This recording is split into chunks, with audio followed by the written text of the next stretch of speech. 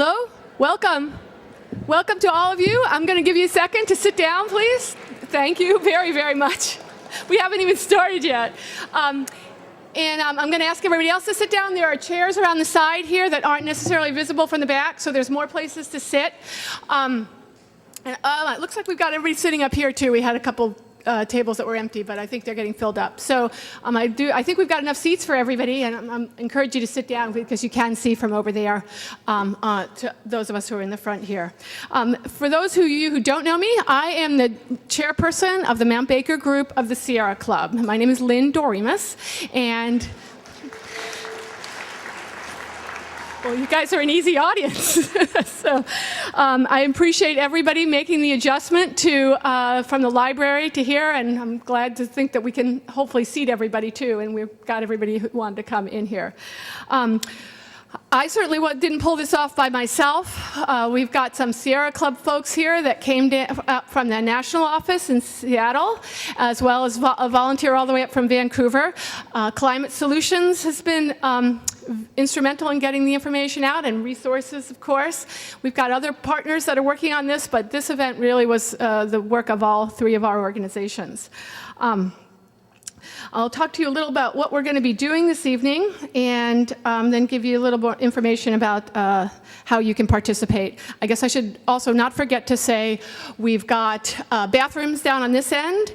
We have sign-in sheets that I think most of you got to sign, and we'd like to ask if you didn't, that you do sign in. And then we've got petitions about stopping the coal export on your table, so I would encourage you to sign those as well. This evening we're going to be having a sort of two-part presentation. Each of the speakers is going to be talking a little bit about their subject area. Then we'll open it up to questions. The questions are going to come from you folks on cards, and then up here for me to read to the panel members. We've got two folks available to pass cards out. Betsy and Jeremy are standing around on the edges. I see Jeremy's got his cards up in the air. So if you are interested in asking a question, please raise your hand, and they'll come over and bring you a card, and when you finish filling it out, bring it up here for me to read. I'm going to tell you that I suspect with all the folks here, we won't get to everybody's questions, not because we don't want to, just because I think 2 hours is enough for this forum. We'll put a table up here with all the questions out so everyone can take a look at what some of the questions were that didn't get answered. And we're planning on doing another forum. There's a lot of subjects that aren't getting covered today, and we really would like to make sure that there's more community dialogue on a full range of topics. The original purpose for this event was to help the community members get informed to be able to participate in the environmental impact statement scoping process. And the hearing for that had been scheduled for mid-May. It's now been pushed back to July or August. There's not a date set for it yet. But that gives us another opportunity to get together and talk about some of these issues. So we're planning to do that in early July. And some of the handouts have some of the websites on it that you'll be able to check for when we get that better arranged. Okay, I think that's most of what I needed to tell you for introduction. We are going to cover this evening an overview of the project, a little bit about what international coal export looks like, because there's quite a bit of it going on right now. In fact, I received an email today from folks up at Vancouver Island and Port Alberni that said there's one of these terminals proposed there, and they'd like to partner with us in fighting theirs as well. So I know there's Prince Rupert has got another one proposed, so there's quite a few of them, and we are working with the folks down in Longview in opposing the one that's proposed there as well. Okay, so back to, that was the introduction that you will be hearing from Matt Crow from Resources on the project. Robin Everett from the Sierra Club will be talking about some of the bigger coal export issues.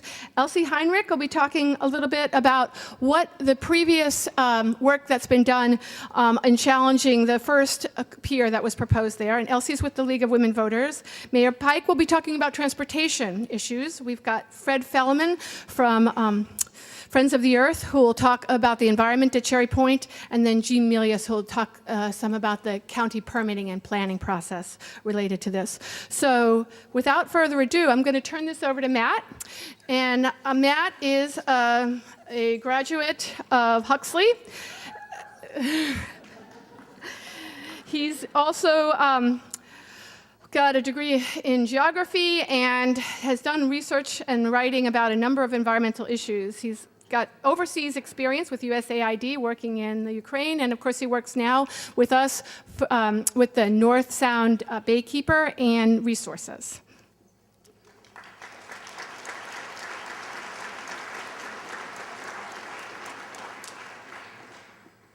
Thanks, Lynn. I was invited to speak because Resources has been involved in this issue since at least 1997, when SSA Marine first received their permit for their 1992 proposal to put a multi-commodity export terminal at Cherry Point. At the time, as you're going to hear later, that proposal was barely acceptable to the community. Thank you. At that time, the proposal was barely acceptable to the community, even with a bunch of mitigation involved. In the last 12 years since that settlement agreement has happened, business conditions have changed, and instead of looking at this 8 million ton multi-commodity terminal, now we're looking at something entirely different. So here's what changed. In the meantime, all the different folks who are trying to sell coal, including Peabody Coal, have seen the decline in coal prices, they've seen the decline in demand in America, and they're trying to find new places to actually export their coal. We just got this from a public presentation that Peabody gave in March, and one of the things that's new compared to when they've talked about this in the past is they're actually depicting a route to Prince Rupert as one of the places where they might be able to sell Powder River Basin coal, which is Montana and Wyoming, you can see there, to the primary market in this world, which is Asia. There are other options. Right now, they are currently exporting coal through the West Shore Terminal out of Vancouver. We'll talk about that in a bit. And this is a little bit fictitious. It shows that there's actually a port called the GPT port at Cherry Point right now. It's not there. It's proposed.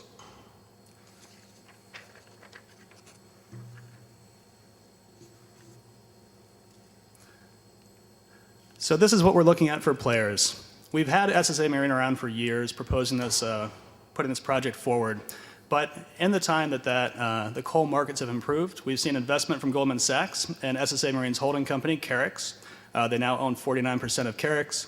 In addition, we've seen a need for Burlington Northern to push more coal through. They're trying to find new markets. And when we look at what's happening right now in this community, this project is being sold to you by people who have a whole lot of money and a whole lot of interest in getting that coal overseas.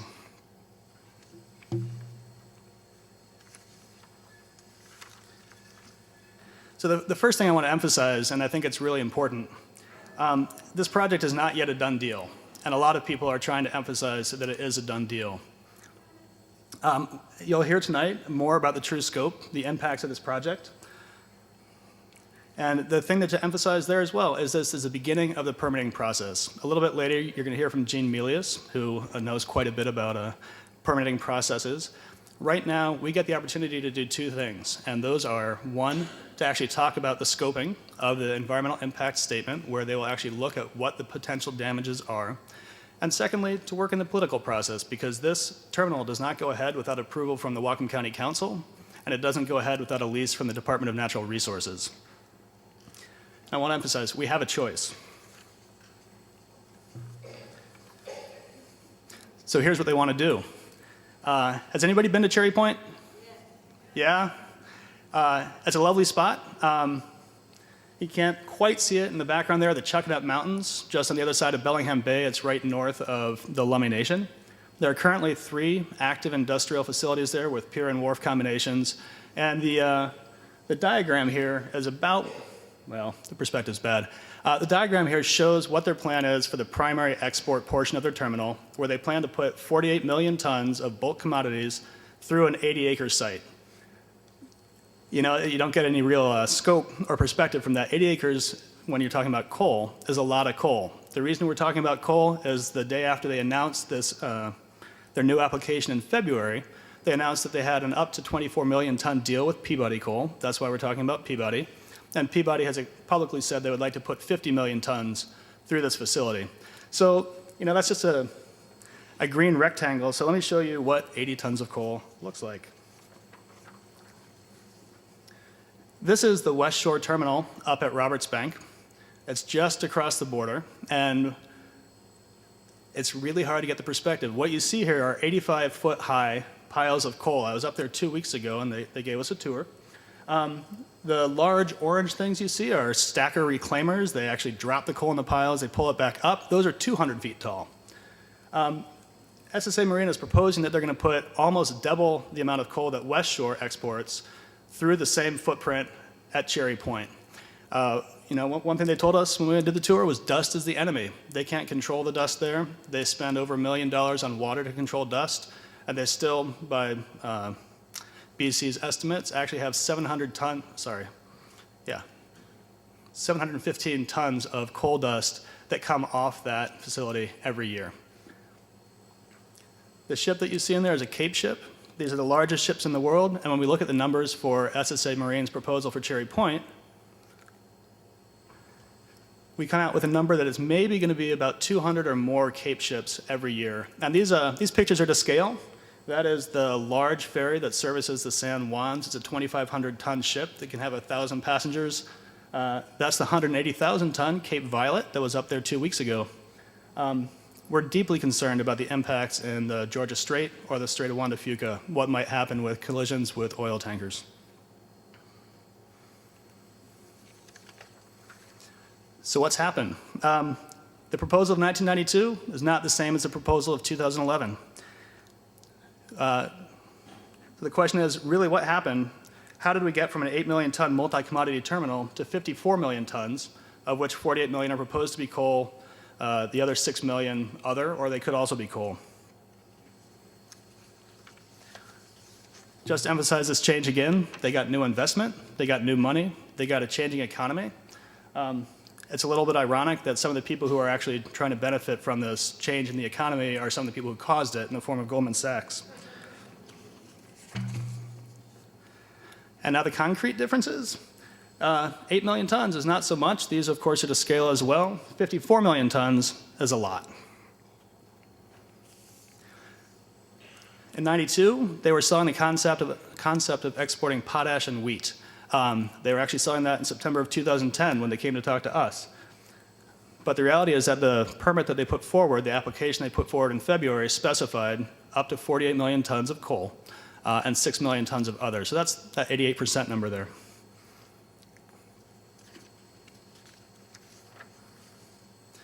And then the wetlands. As a person who cares deeply about water quality, to see a project go from 5.8 acres of wetlands destroyed to 161 acres to 162 acres destroyed, that's a huge deal. So there are other folks who are going to talk to you about regional impacts. They're going to talk to you about international and national impacts and issues going on. I want to talk to you solely about some of the local impacts that we're going to feel right here.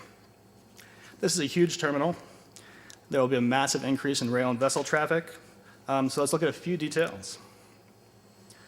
First, this is a train. It's about 100 miles away from the mine in Virginia. It's been treated with a spray to try to reduce dust. It didn't work. For those of you who can't see it, there's a lot of dust coming off the train. These trains have 125 cars each. There's 17,000 tons. They are the heaviest trains on the tracks. They actually have a geological impact, and each one of them is about 1.5 miles long. When you do the calculation of how much tonnage they want to put through this terminal, at minimum, if we're talking the largest trains, we're seeing 10 full trains a day, 10 empty trains going back.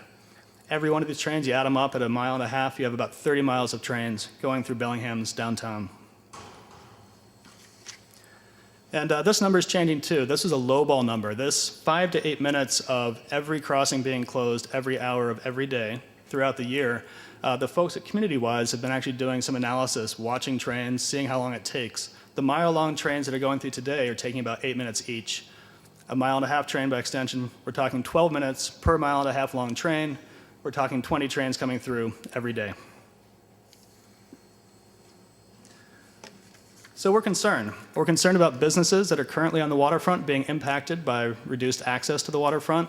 But in particular, when we look at the Bellingham Waterfront redevelopment project, there are rumors that it's going to start any day now. There are rumors that there will be a toxic cleanup and we'll be ready to go ahead. And we will get there. And when we get there, we're talking about $2 billion of investment.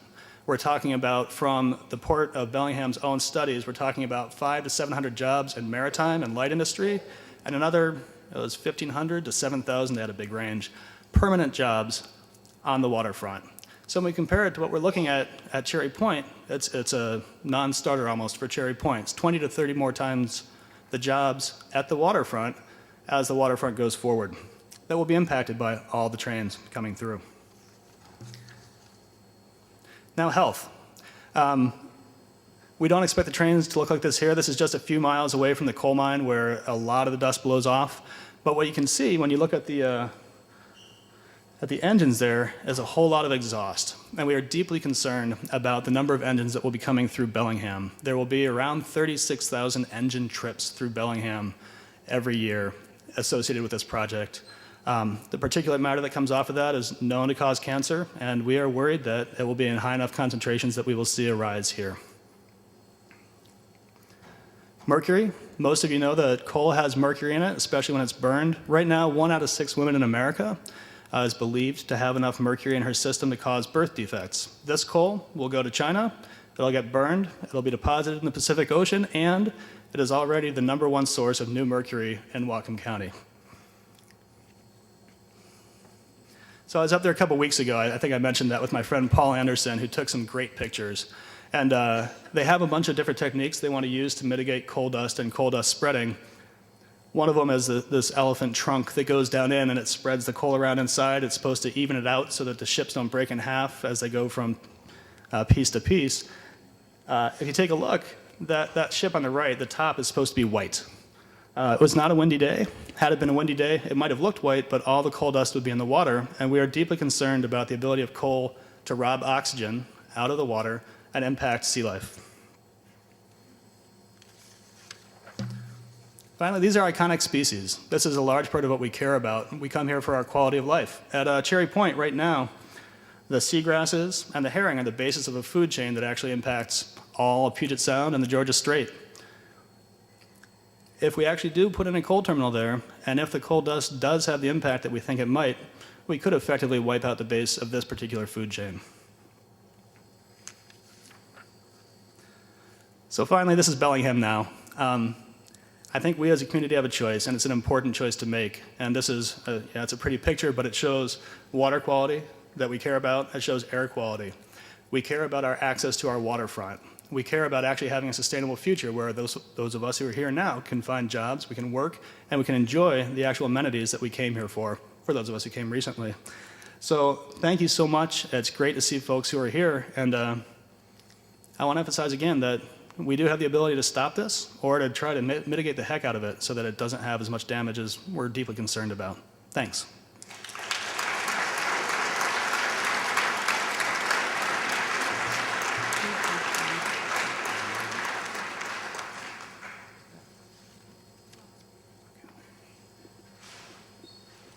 Thank you, Matt. We're going to switch to the project overview, to the next larger overview of coal export from the U.S. Overseas. And we're going to hear from Robin Everett from the Sierra Club National Organization on that. She's working on the Beyond Coal campaign that the National Sierra Club is waging on trying to stop coal burning nationwide. She recently came off the successful campaign to stop coal electricity production out of the TransAlta plant, the last coal-burning power plant that we had in Washington. So that was yeah. And now she'll be helping us stop this pier at Cherry Point. So, Robin.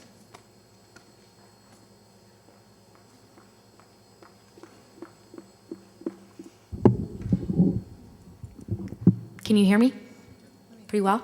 Okay.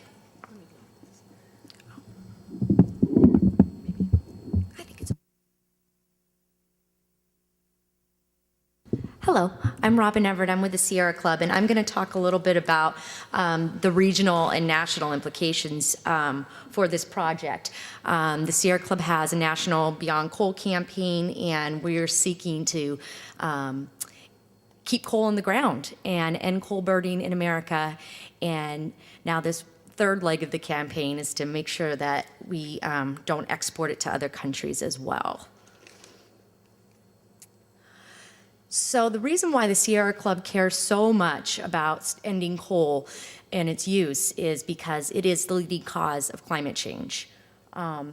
You can see that it is about 32% of the emissions, carbon emissions, and so that's even more than all of our cars and trucks. And so we know that if we have any chance in heck of stopping climate change, we're going to have to stop burning coal. And this is James Hansen. He's a NASA scientist, and he famously says that we could burn all the oil that's left on the planet, and it wouldn't be great, but we'd be okay. But if we burn even a fraction of the coal that we have in the ground, we're toast.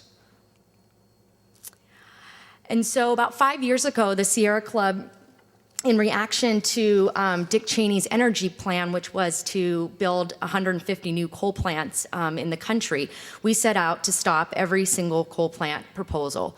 And people told us we were crazy, that we would have to pick our battles, but we decided that no community should be left unprotected and that no community should have to deal with the ill effects of coal. And we just celebrated shutting down our 150th coal proposal.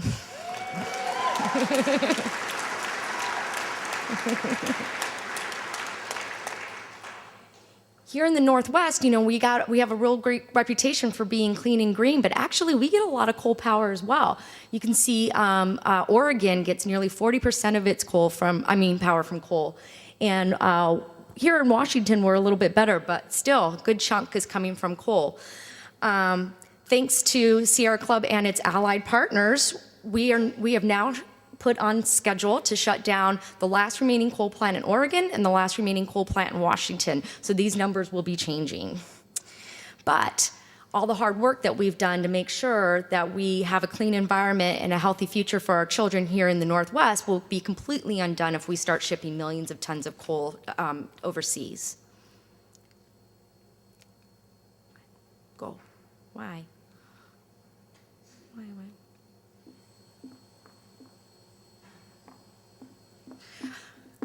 So we've got the most coal, and so it's up to us to make sure that we don't ship our coal, because we have a moral obligation to make sure that this is not the future for the America and the world. I don't know why this doesn't work anymore. Oh, because I turned it off. That's fine. Sorry. So this is just to give you an idea of the coal plants that are in the West. You know, it's a completely different picture on the East Coast, but the West, we were able to stop the rush of new coal plants being built in the West. So this is what's left. We're working on shutting them down, and we've already shut down this one and this one. Well, it's on a schedule at least. So just to give you an idea of where this coal is coming from, it's coming from the Powder River Basin, which is basically in Wyoming and in Montana. And we have 800 billion tons of coal reserves in the Powder River Basin alone. And then Alaska has 5.5 trillion tons. So this is huge deposits of coal, and these coal companies are very excited to get this onto the open market. And so you can just kind of see how where the actual Powder River Basin is. And this is, you know, where Sitting Bull would gather his tribes and where they made their first stand in 1876. So it's got a rich history. And the Native Americans and ranchers in this area have been fighting huge, huge coal expansion proposals for mining out there and winning in some cases. And so here in the US, we get 40% of our coal comes from the Powder River Basin. And most of it comes near Gillette in Wyoming, but the coal industry has now set its sights on the northern portion in Montana, and the stakes are high. This is, like I said, this is an opportunity for big money for big companies, and so they're really looking to open this up. The way they mine it is through strip mining, and they basically take these huge 200 feet machines and just scoop up the earth and make mountains out in the prairies. And so Matt already covered kind of the path to the train tracks. And then he also covered some of the issues that are around the trains and why we don't want to have 20 of them going through the community every single day. And remember, it's not just Bellingham, it's going to be communities across Washington. So this is a statewide issue, and the state as a whole should be very concerned about this project. And this is a picture of a coal derailment. And then these are the kind of plants that the coal would be going to. So these are in South Africa and India. We don't have any pictures of ones in Asia, but that one down at the bottom is in India, and the other two are from South Africa. My colleague is working on stopping coal internationally, and so these are her pictures that she's taken in meeting with governments and nonprofits in India and South Africa. And so it's been pretty tough, though, for coal exports in Washington so far. They've tried a number of different places, and they keep getting rejected. And they get rejected over and over and over again because of environmentalists standing up. In Grays Harbor, it was also said to be rejected because of the possibility that there's not really a long-term viability for coal, and that the local environmental community was really opposed to it. And same in Tacoma and Kalama, and now Vancouver has just said that they won't ship coal. And so you guys have a friend in your troubles. Down in Longview, there another company, Arch Coal, wants to put a coal export terminal in down there. And Sierra Club, along with Climate Solutions and our other allies, sued because we felt that they were not doing the process right. And lo and behold, they weren't. And it was found out that they were lying about how much coal they wanted to put through. They were telling the community 5 million tons per year, and it was actually 60 million tons. We found this out through going through their documents. So they can't be trusted. And we have been at least able to get them to pull the permit. Now they have to redo the permit. So people, you guys, can really make a difference in making sure that this thing is stopped. And so finally, I think I will echo what Matt said. We do have a choice. We have a choice between having a beautiful waterfront, thriving community, or we can have a dirty and dangerous coal export terminal that provides minimal jobs and doesn't give us the healthy, sustainable future that we would like to see for this community and for the state of Washington. Thank you very much.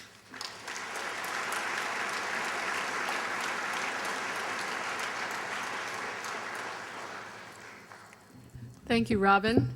We're going to go on to talk a little more about local aspects of this project. I'm going to use this without embarrassing myself too much. We'll hear from Elsie Heinrich, who is on the board of the League of Women Voters, past president. She's also done quite a bit of volunteer work throughout the county. She's a long-term Whatcom County resident. She worked on the Shoreline Advisory Committee, Citizen Shoreline Advisory Committee in the city of Blaine, as well as on the Planning Commission. And she'll tell us a little more about the first challenge to the original pier that was proposed at Cherry Point that the League of Women Voters is still engaged in challenging legally. Thank you. Thank you. I'm going to give a brief history of what has gone on out at Cherry Point, starting in 1954 when Mobil Oil constructed the first pier at Cherry Point. 1966, Intelco constructed the second pier.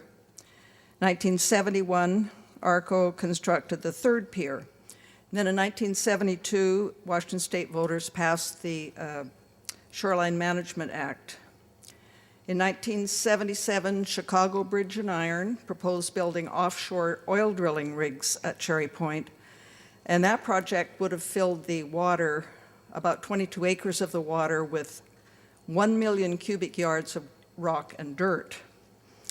In 1979, Cherry Point Ferndale sub-area plan was adopted by Whatcom County, designating Cherry Point for industrial use.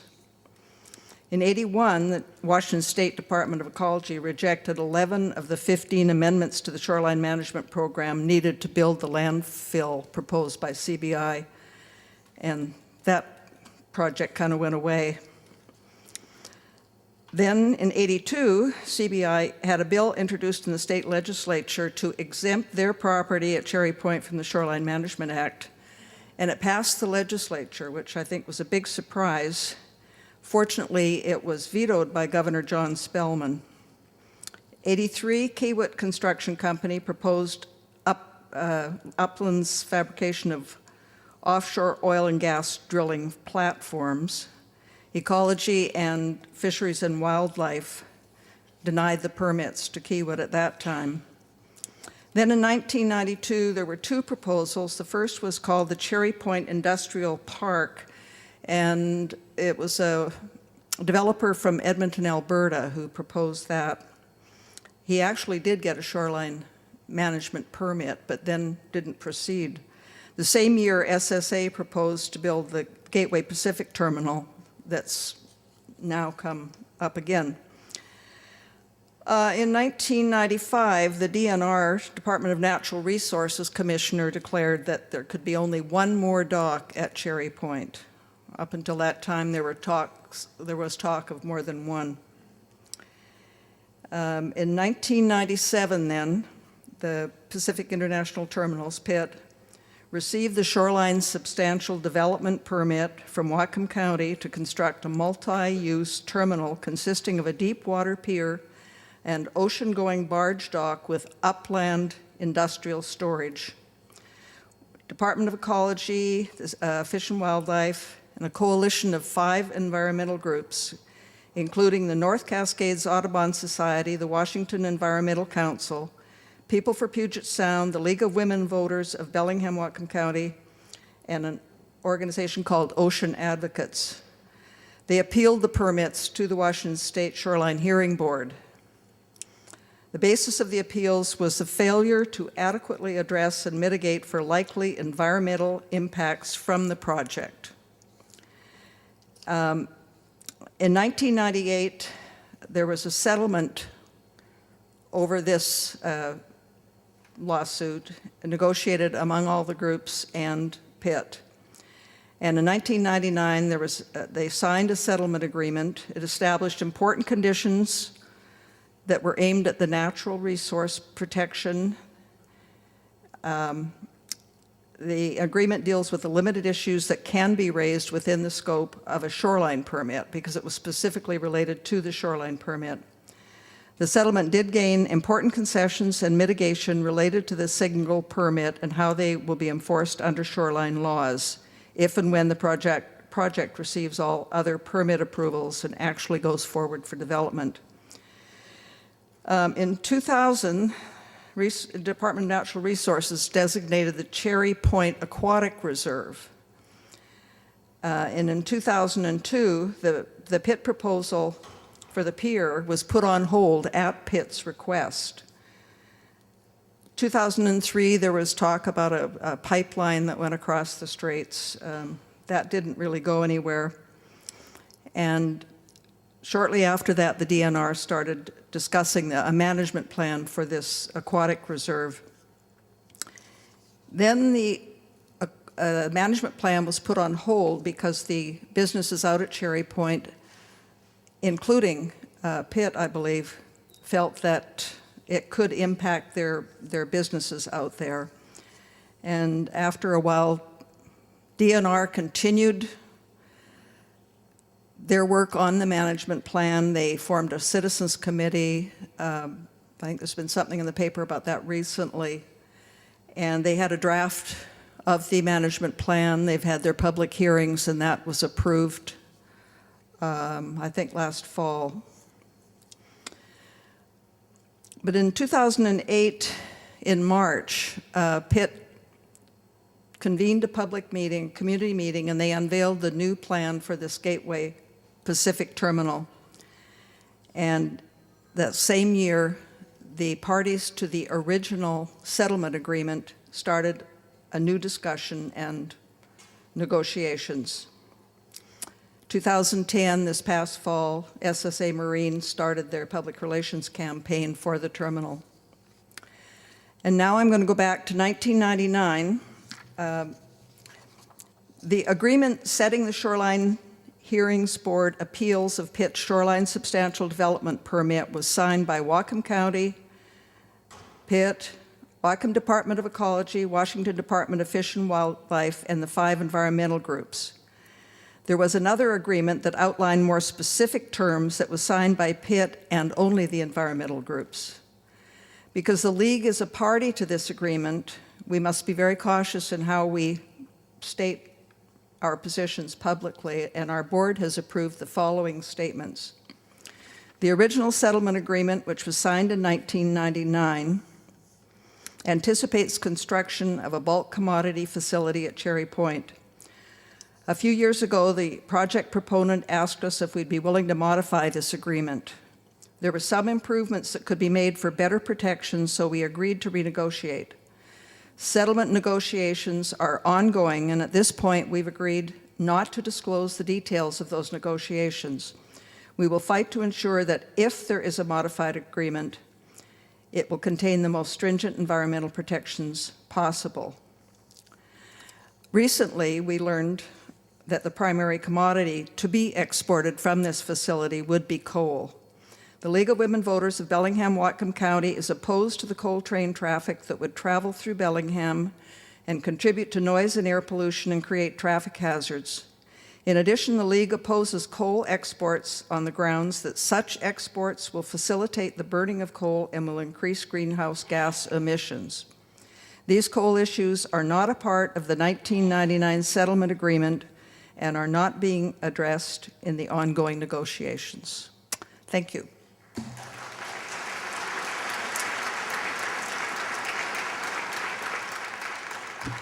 Thank you, Elsie.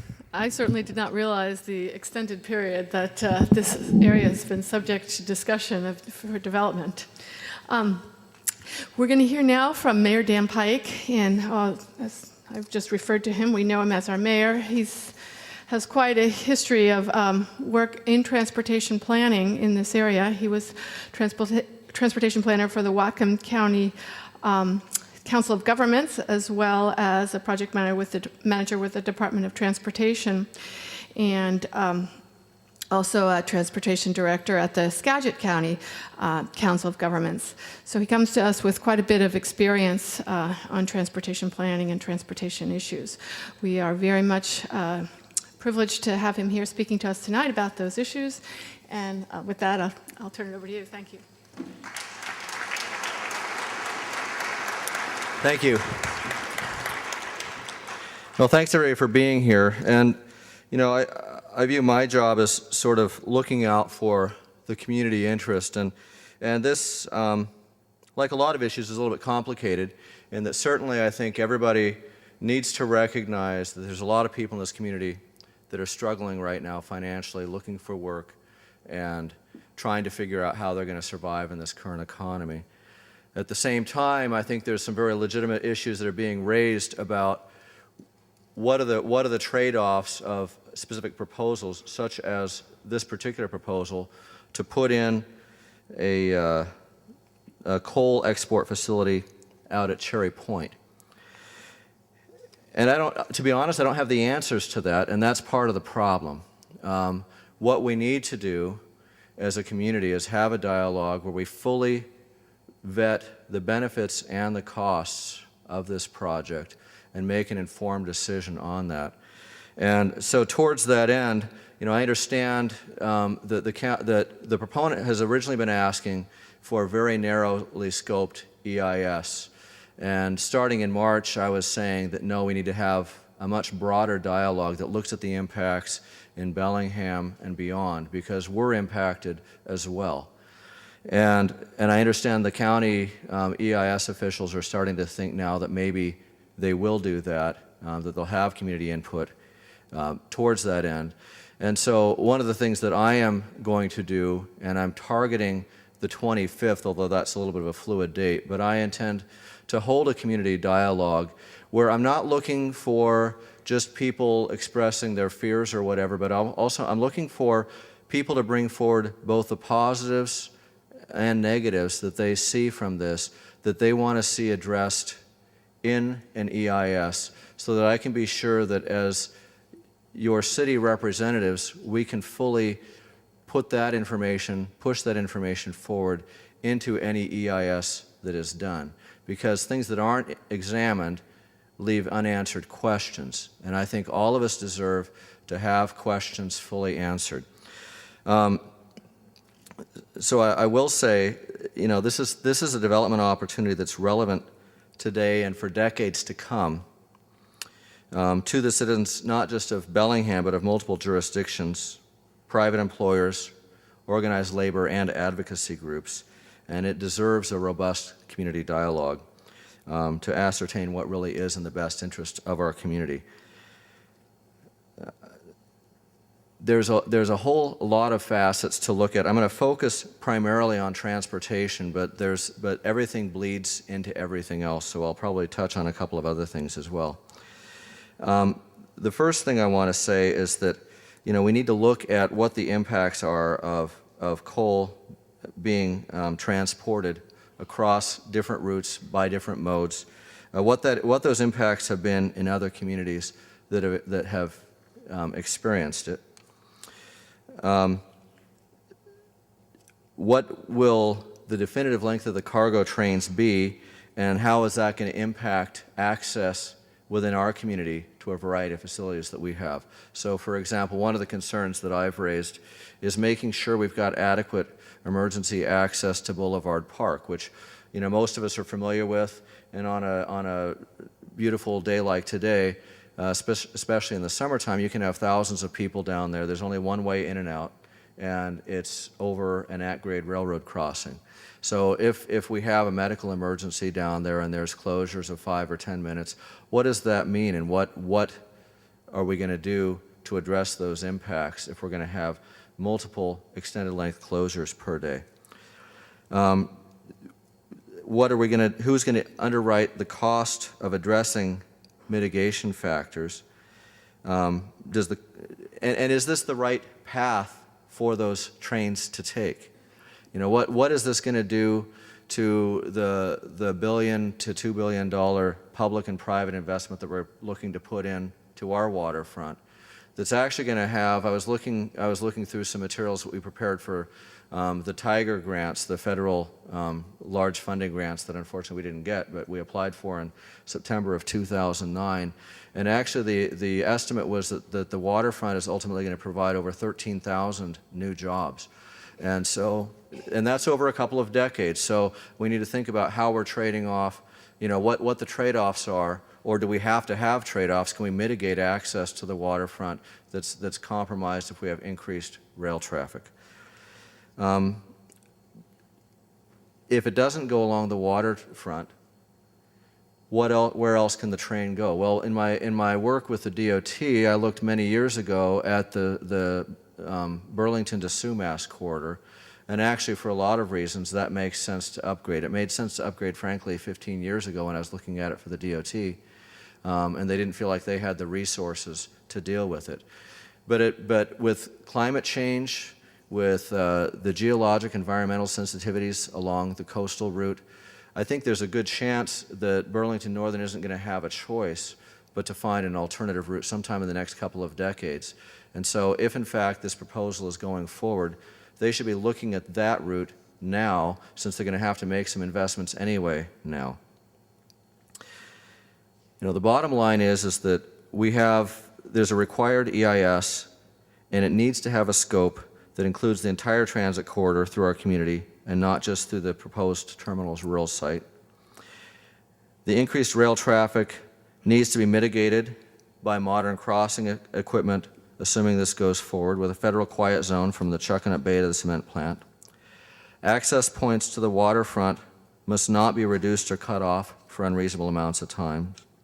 We need to look at what this might do to the banks below Eldridge Avenue, because these cars are the heaviest cars that Burlington Northern runs on any of their routes. And so as a result of that, heavier cars produce vibrations that can be potentially more damaging to bluffs such as Eldred. So we need to have a study of that, make sure that if necessary, those bluffs are shored up to prevent slides and damage to that neighborhood. In addition, I think that if coal is going to be transported, it should be transported in cars that don't produce dust, in other words, gondola cars that don't leak, with covers on them or with some mechanism to ensure that dust isn't being spewed all along the route. And that all routes, again, need to be fairly evaluated, particularly if a route minimizes the corridor's contact with population centers and business centers and shorelines. And when you look at those alternative routes, you need to think about some of the benefits that come from that. It does reduce freight train traffic along the shoreline and through Bellingham, reducing contact with potential and conflict as a result. It also offers opportunities to improve passenger timetables and the ability to expand passenger service, plus local freight service that could be important for organically grown businesses in our community that we want to enable to grow and prosper.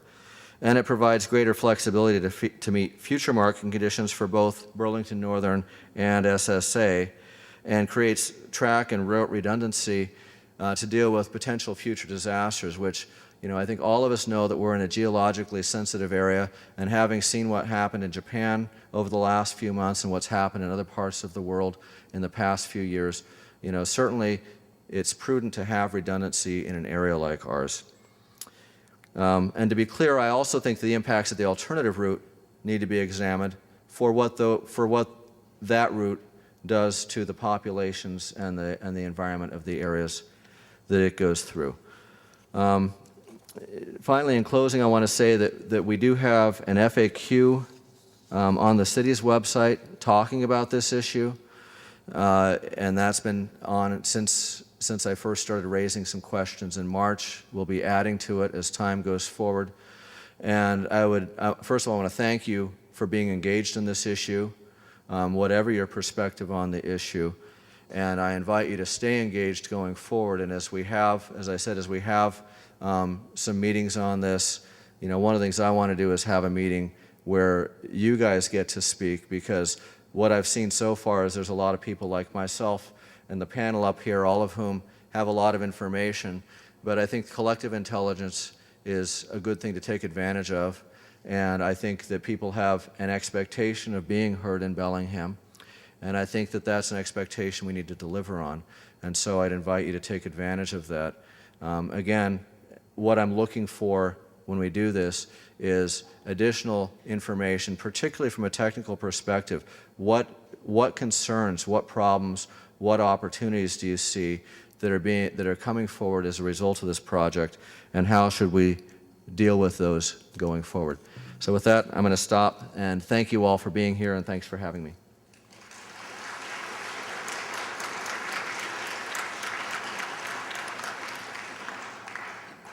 I'd like to speak very quickly to the importance of the democratic process and the citizen participation, and I appreciate your emphasizing that, Mayor Pike. We're going to hear next from Fred Felleman, who is a master's in fisheries science that he got from the University of Washington. He did his research project in orcas. He's been involved with the Cherry Point environment and the offshore environment for quite a while, from the original BP dock permit applications that Elsie mentioned, to the GSX pipeline, and then the Cherry Point management plan that has most recently been developed for the aquatic reserve. He's also worked on the NIA Bay tug and also oil transport by shipping issues. He's currently the Northwest consultant for the Friends of the Earth, and I think he was also involved with Ocean Advocates, who participated in one of those lawsuits. Thank you. Thank you very much.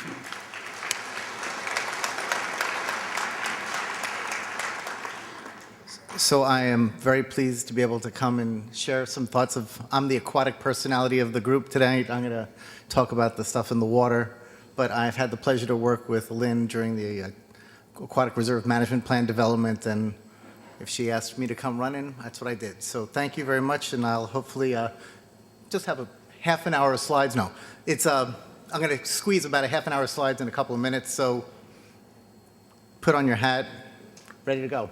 So yeah, in order to understand the aquatic system of Cherry Point, you really have to get in touch with your inner herring.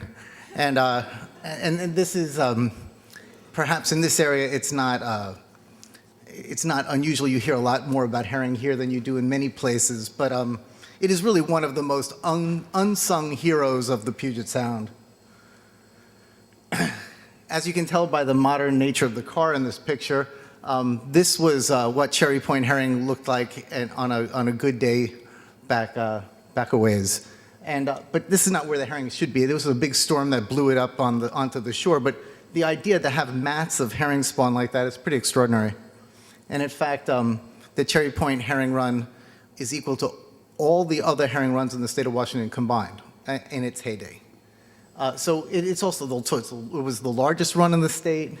It geologically, it's genetically unique, and it will be. In this, I want you all to memorize this right now because it's very easy to read. But this is like the family tree of herring for the whole West Coast, and so if you see any relatives, just let me know. But what I want you to see is the distance, like if this is like the parent stock of all herring. So the farthest away from the parent stock is genetic uniqueness. So this branching line all the way to here, there's Cherry Point, the most far out here. This Portage Inlet is another unique run that's in Georgia Basin. But what you can see here is the reason for why would herring be genetically unique. Unlike salmon, they don't have that super great homing capability. They come to the general area, but they don't go to the rivulet of the stream where they were born. They get into the general area. Well, this is when herring spawn in the state of Washington. This is the main time. This is when Cherry Point herring spawn. I can hold that, right? Okay, so the this red and black hatched mark all the way off to the right, this time of year right now, April, May, is when the Cherry Point herring runs. So if they stray and they don't find home exactly right, technically speaking, there's nobody to get lucky with because everybody else spawned earlier, right? So over years and years and years, they end up looking a little different than everybody else. Not like him, but this has been, sorry about that. This has been a very important run for many, many years, as this traditional photo shows. But that was a herring rake. And it has supported a tremendous fishery over the years as well. So when we hear about jobs created for something new, that's potentially true. But the fact is there are big jobs associated with a productive marine environment, as well as treaty trust obligations to the tribal nations as well. And so this is all photos from Cherry Point. What that circle there circulating is, I don't know, but as long as it doesn't do something weird, I'm fine.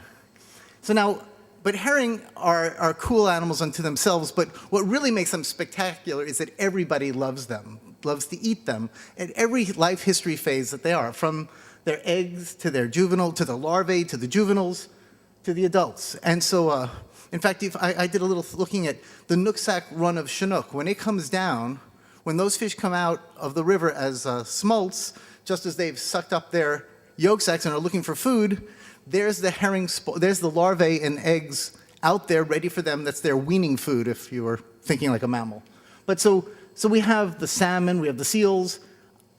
I'm a whale biologist, so my photographs of birds aren't that good, but the bald eagles are not the best example, but the scoters and the other critters that are more appropriate up here.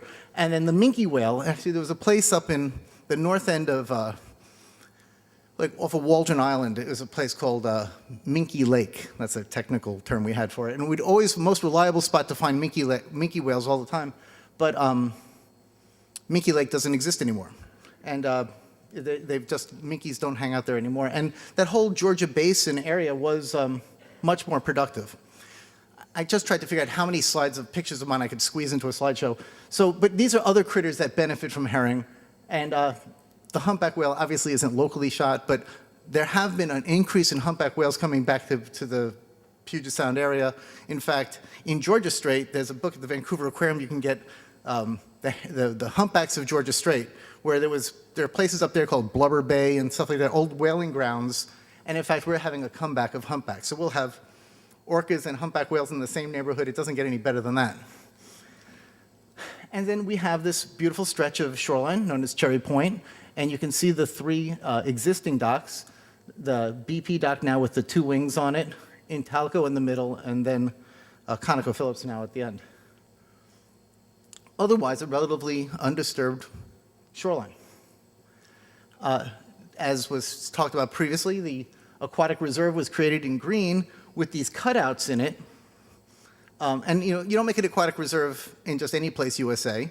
They're places of statewide significance, and there's only like a half dozen of them in Washington State at this point. And so, but you could see that the reserve had these cutouts to allow for industrial uses to exist. They are not seen as incompatible by definition, but they need to conduct themselves in a responsible fashion. Here's a little closer look at the facilities. The BP pier when it was just a single pier before they doubled it up, and the other two right there. Once you build a dock, most people think that that's where the environmental impact stops, and I really appreciate the mayor's comments that the idea that you have to think about what is the scope to look at. And I know most proponents of any development want to, I want to just look at the footprint of the dirt over which this dock carries, and only during the construction phase, and after that, all bets are off.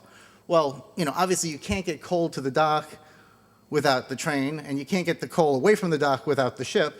So if you don't look at that whole system, you have a badly scoped EIS. Once the dock is built,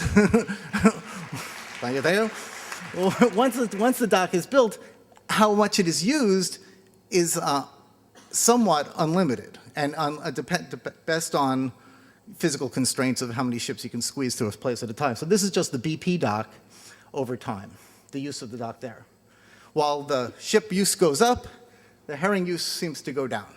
And in fact, since the 70s, is like right after, when ARCA was originally built, it's unfortunate, but in fact, I just went through the Bellingham Herald in 1972, where it was, I think it was a 72 spill, was like 20,000 gallons right during a major herring spawn. In fact, you can find that in the Herald. I think it was June 4th. And so anyway, and this is the sort of thing, from Prince William Sound, the Exxon Valdez to the Costco Busan and San Francisco Bay, herring are particularly vulnerable to the compounds in oil that can really affect them genetically. Also, once you have a dock, again, we talk about operational, and we're going to all memorize this one also. So here's just a barge that I flew over on my way, actually going out, when they wanted to build the pipeline over the Cascades, the Cross Cascades pipeline, connect Cherry Point to Rocky Mountain markets, more and more oil traffic. We took a helicopter ride out there, and I saw this barge spilling something as it was loading or offloading. But one of the things that we worked on at the state legislature was to make sure that every one of these transfers are pre-boomed, that we put the apron around them before they spill, so when they do spill, it's contained. This is the results of the pre-booming. How often did they actually do it versus take an excuse for not doing it? And what you'll see here, oh, look at this. The West Coast BP, the largest facility in the state of Washington, they only pre-boom 66% of the time. Whereas just down the block a piece at ConocoPhillips in Ferndale, they pre-boomed 75% of the time. So all they have to do is make a claim that, oh, it was too windy, or the currents were too fast, or the coffee wasn't hot, and they don't have to pre-boom. And so even, I understand that there's talk about such mitigations for this project, but in fact, the commitment of the organization that does the activity is as important as the mitigation itself. And one of the big reasons why BP doesn't do it as much as ConocoPhillips is that ConocoPhillips just bought a bigger boat, so they can go out in worse weather. It's just like, they do it every transfer in Alaska. If you can do it in Alaska all time, all year, there's no reason why we're doing it 66% of the time here. This was after that spill in '72, there was this study done to see, like, if something came out of a pipeline, out of the BP refinery at the time, ARCO, where would the oil go? And so this was from the discharge permits. And you could see that the plume, the chunk of the plume, stays near shore and then progresses southward. And that's the modeling that in any estuary, it always goes out to the sea at the surface where at depth it comes back in. As this plume of pollution goes south, and this would include anything from dust from coal dust to oily waste or whatever, over the years, not only have the numbers of the herring declined, but the aerial extent of their spawning habitat has declined. It's not like the habitat isn't there, it's just that the herring aren't using it. So, I know you. This is, originally this is the whole area, and in fact, the next slide, which has already been done, but I don't have it, it's really being reduced to more and more just into the bay. And that's what's interesting about that is that this is all north of where those pipes go south. And then one of the results of having this chronic oil spill occurring off our backyard here is that the Cherry Point larvae have this real knack of looking bad. They're genetically malformed. And this is a classic response to PAH, or this hydrocarbon exposure. And in fact, what you'll find is that the herring, as they're sampled to the south, they get more and more prevalence of this curly spine disease. Then what you're here to hear about is this little project here, the 3 Cape-sized ships. And they're talking about, this used to be an expression called post-Panamax ship. You have the Panamax ship, the ones that can go through the Panama Canal, and then the post-Panamax ship, the ones that can't go through the Panama Canal. Well, that term of art is going to have to change like next year because the Panama Canal is now getting wider. And so there'll be the Panamax and the bigger Panamax. But these are the biggest ships in the world. And so what makes these ships really massive is that once you get to about 1,000 feet, you don't get any longer. I don't think there's a shipyard that can build bigger than a 1,000-foot ship, but they get deeper and wider. And that's a lot of inertia as well. So they take longer to stop. They are more likely to ground. And the thing about loose cargo, like bulk cargo, like coal, when they drop that stuff into a ship, it's not like lowered in a crane, in a container, nice and orderly, but it's, what they call abusive loading. I guess they improved it by putting that whirligig in there, but it's still loose. So then when you go out on the North Pacific, the roughest sea in the ocean, the roughest sea in the sea, they then shake it up and the ribs of these ships wear down. And the bulk carriers are notoriously the most common ship to have catastrophic failures, like break in half. They also are, when a ship empties, when a ship comes in empty, you saw how high up out of the water they are. They have to ballast down to keep from bouncing out all across the ocean. So there's more ballast water in a bulker than any other type of ship out there. And so that brings a lot of invasive species to town. Now, they said they're going to exchange their ballast water. Exchanging does not completely eradicate by any means, and there's also reasons why ships don't always exchange. But the other thing is that 40% of invasive species come in on the hull of a ship. Just so you know, biofouling is the term of art. So just, clingage. So that's just a couple of more things to consider.